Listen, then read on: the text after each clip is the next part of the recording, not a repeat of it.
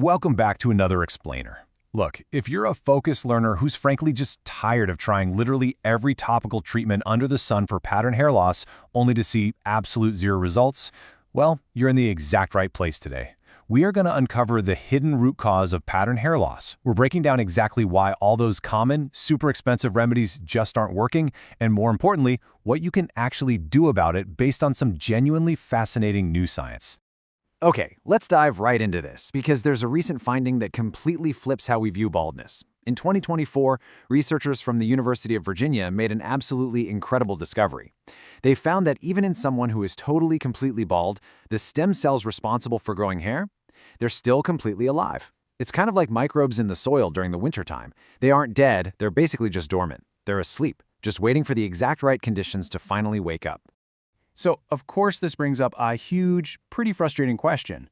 Why do those wildly expensive hair loss remedies fail? I mean, if the stem cells are alive and just waiting, why isn't that fancy rosemary oil or that high-end serum waking them up?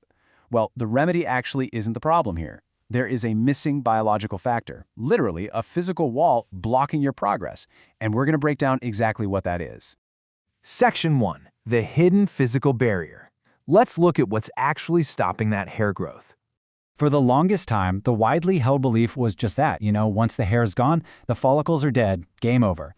But look at the reality from that 2024 University of Virginia data. Stem cells are completely alive but dormant.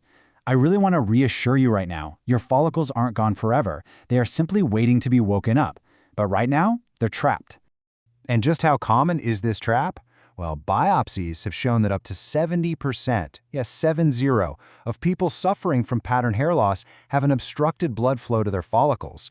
To put that in perspective, that means for the vast majority of you dealing with this, the blood, which carries all the vital oxygen and nutrients needed to wake up those dormant stem cells, it simply cannot reach its destination. So what exactly is causing this massive obstruction? It all comes down to scar tissue and calcification. Basically, inflammation gets into the tiny blood vessels in your scalp, and it creates this physical barrier of scar tissue and calcification right on the top of the skull. Think of it like a concrete wall blocking oxygen and nutrients from getting through. So if you're rubbing an expensive topical remedy on your head and seeing zero results, it's not because the remedy is a scam. It's because this physical wall of scar tissue literally will not let it penetrate to wake those stem cells up. Section 2. The real root cause. We need to figure out what's actually behind all this inflammation. If you've spent any time researching pattern hair loss, you've almost certainly heard of DHT. It's a powerful form of testosterone, and man, it has long been painted as the ultimate villain in this story. But despite its terrible reputation, DHT is not the ultimate mastermind behind your hair loss. Yes, it plays a role, for sure, but there is a much deeper root cause at play here. Actually, completely nuking your DHT levels can be downright dangerous. Healthy DHT levels are totally vital. They're essential for puberty development, facial hair, your libido, and get this, they even create a very powerful anti-anxiety effect, meaning they are absolutely crucial for your mood. On the flip side, taking medication that overblocks DHT can cause severe mood disorders and depression. So we definitely aren't trying to bring it down too low, we just want to normalize it. Because again, DHT is not the real mastermind here. The actual mastermind, it's insulin resistance. This is a condition where your pancreas is just pumping out a ton of insulin, but your cells block it. Now, why does this matter for your head? Well, hair follicles are entirely dependent on glucose for energy. They can't live on fat or ketones. They desperately need glucose. But insulin is the hormone that helps you absorb that glucose. If you have insulin resistance, your cells block the insulin, and your hair follicles are literally starved of the energy they need to grow. And no, just eating more carbs won't fix it. That actually just creates even more insulin resistance. And this brilliantly illustrates the domino effect of insulin resistance. It's like a chain reaction. First, it slows down and constricts the blood supply to the follicle. Second, that restriction creates a ton of inflammation. Third, that inflammation increases cell buildup. And finally, that buildup causes the thick scar tissue and calcification we talked about a minute ago. So the internal resistance directly creates the external physical barrier on your scalp. If you just take a DHT blocker without addressing this whole chain, you are completely missing the root of the problem. Let me share an incredible story that absolutely proves this. In a 2024 case study, a man with classic hair loss was tested. Now, while his fasting glucose was normal, his fasting insulin was super high. He even had this dark velvety patch on his neck, which is a classic telltale symptom of insulin resistance. But here's the crazy part. The doctors didn't give him any hair treatments or topicals. None. They put him on one single medication solely to treat his insulin resistance. Within 6 months, all of his hair came back. 0 topicals. Just by fixing his internal environment, the hair returned. Amazing, right? Section 3. Fixing the internal environment. Let's look at the actionable, natural steps you can take right now. I want you to consider this analogy. You are a fish living in an environment that's very toxic. Focus in on the water in the tank, not the fish. You know, we live in a world basically engineered for dependency, right from our glowing screens to our ultra-processed food. If you just rely on pure willpower to fight your hair loss, you're gonna fail. We have to fundamentally change your biological environment first.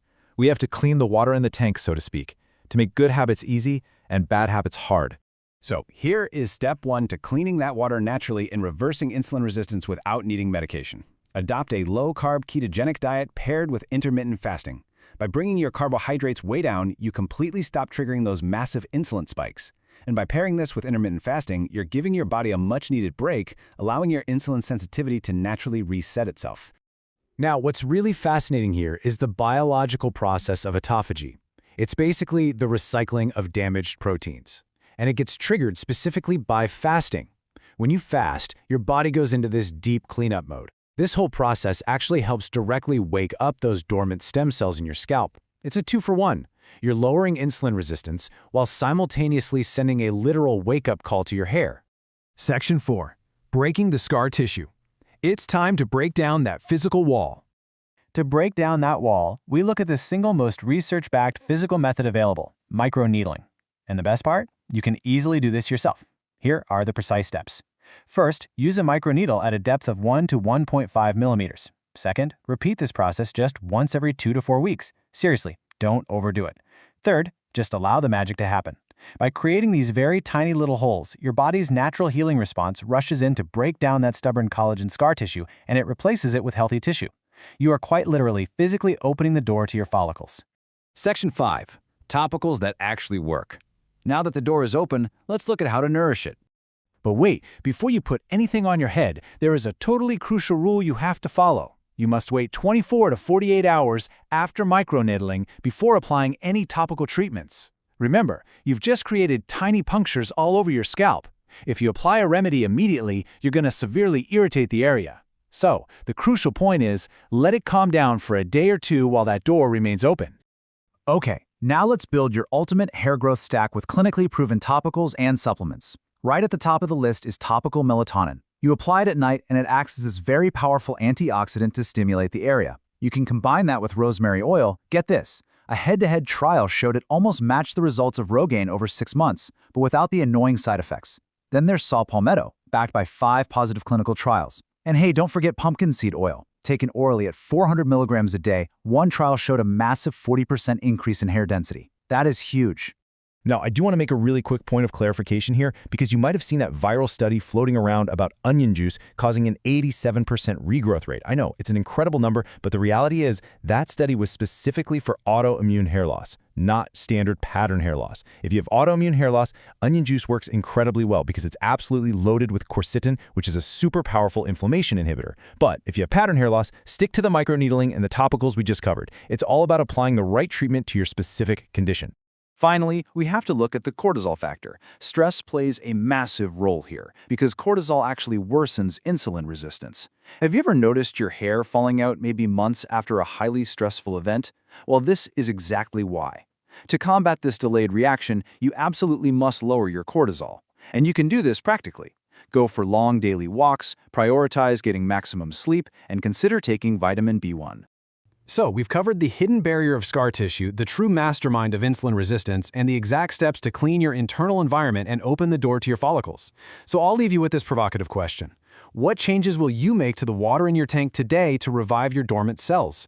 Are you going to adjust your diet, maybe start intermittent fasting, or tackle your stress levels? The power to wake those stem cells up is entirely in your hands. Thanks so much for joining me on this explainer, and I'll catch you next time.